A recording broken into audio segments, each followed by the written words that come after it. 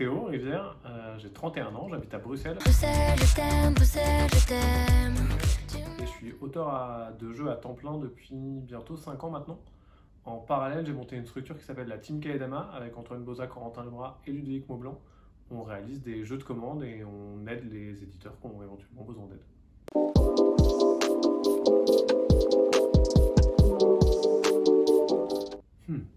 Pas trop, j'ai pas une très bonne mémoire. J'ai la mémoire qui flanche, je me souviens plus très bien. Et je crois que j'ai pas beaucoup joué pendant l'enfance, un peu avec ma grande sœur Léa, mais pas tant que ça. Le souvenir le plus précis, mais je suis certain que c'est pas le premier, c'est Règlement de compte de Dominique Erhardt, qui est un jeu qui avait pas mal tourné en pub télé et qui me donnait vraiment fort envie quand j'étais gamin, qui était un jeu où on incarnait des gangsters, fallait se partager le butin. Et j'avais vraiment très fort envie de ce jeu. J'ai mis assez longtemps à l'avoir et quand je l'ai reçu pour un anniversaire, je me suis rendu compte que c'était un 3-5 joueurs. Et donc on pouvait pas y jouer à deux avec ma grande sœur, donc j'ai presque pas joué et j'avais pas mal de regrets sur ça.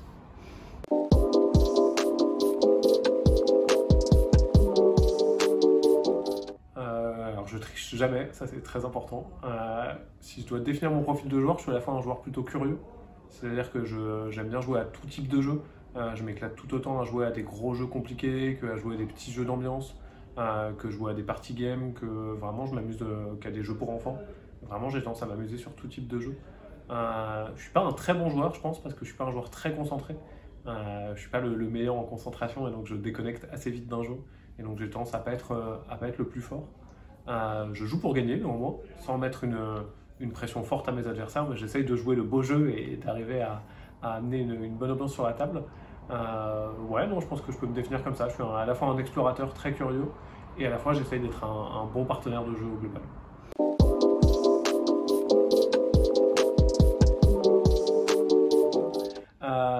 Moi, j'ai deux grandes phases de jeu auxquelles je joue. Je joue énormément avec Elodie, ma compagne qui tient la caméra. Oh, un corbeau. Je joue énormément avec Elodie, ma compagne qui tient la caméra. On joue beaucoup tous les deux. Pratiquement tous les jours, on fait un petit jeu avant d'aller se coucher ou au petit-déj. C'est vraiment un truc qu'on fait régulièrement. Et après, je joue aussi assez régulièrement pour le travail, on va dire. C'est un peu différent quand je joue à des prototypes. Ça peut être avec Elodie également. Et j'ai aussi un groupe de testeurs et de testeuses à Bruxelles que je reçois régulièrement. Je fais à manger, après on joue à des prototypes. Donc c'est un peu ces deux contextes de jeu-là. Il y a un dernier contexte qui est assez spécifique, c'est sur les gros jeux à campagne. Je pense aux jeux Legacy, aux jeux type Unlock, etc. C'est des soirées spécifiques qui sont destinées à ce type de jeu-là. Ah, et j'en oublie un aussi, c'est que je joue pas mal en festival et en week-end jeu. Quand j'ai l'occasion sur les festivals, je suis souvent assez pris, mais s'il y a un week-end jeu ou s'il y a un festival où j'ai un peu plus de temps, j'avoue que j'aime bien me poser à une table et puis jouer à des nouveautés ou découvrir des prototypes.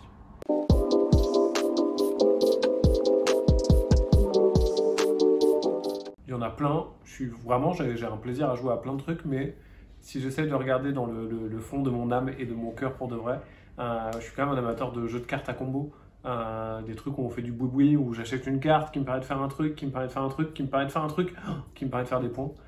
Je pense à Seasons ou à Wingspan ou à Magic en tête de liste. Tous ces jeux-là, c'est vraiment des jeux que j'affectionne particulièrement et c'est des jeux sur lesquels j'ai tendance à revenir assez facilement.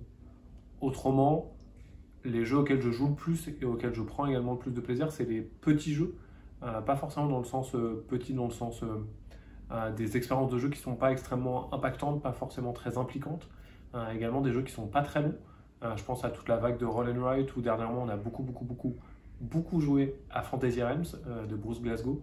Mais un de mes coups de cœur du moment c'est Next Station London de Matthew Dunstan chez Blue Orange, auquel je joue régulièrement. J'ai pas l'impression que ce soit le meilleur jeu auquel j'ai joué cette année, mais c'est un jeu auquel j'ai tout le temps envie de jouer. Et cette formule-là, ces jeux-là, je crois que c'est ceux que je préfère quand même.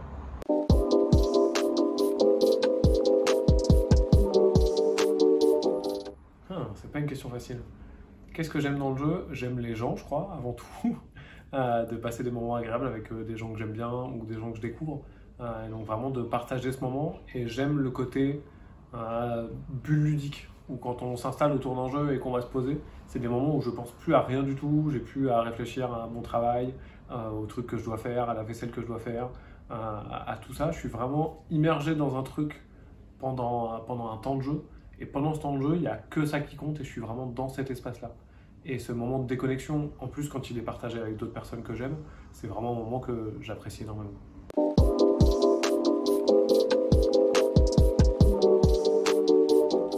En ce moment, on a ressorti Fantasy Realms avec la sortie de l'extension qu'on avait depuis un bout de temps en VO, mais je sais pas, le fait que ça soit sorti en VF et que les gens en aient reparlé et que j'ai enfin récupéré la dernière carte promo qui me manquait, a fait qu'on a beaucoup eu envie d'y rejouer.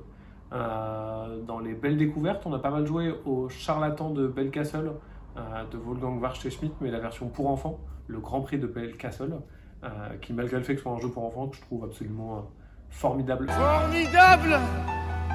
Formidable! Même entre adultes. Donc c'est deux jeux auxquels on a pas mal joué ces derniers temps. Et dans les plus gros jeux, on est en plein dans une campagne de Clank Legacy.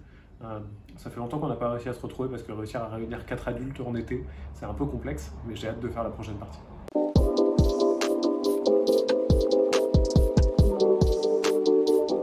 Bah merci de m'avoir laissé la parole et puis à très bientôt sur un Facebook.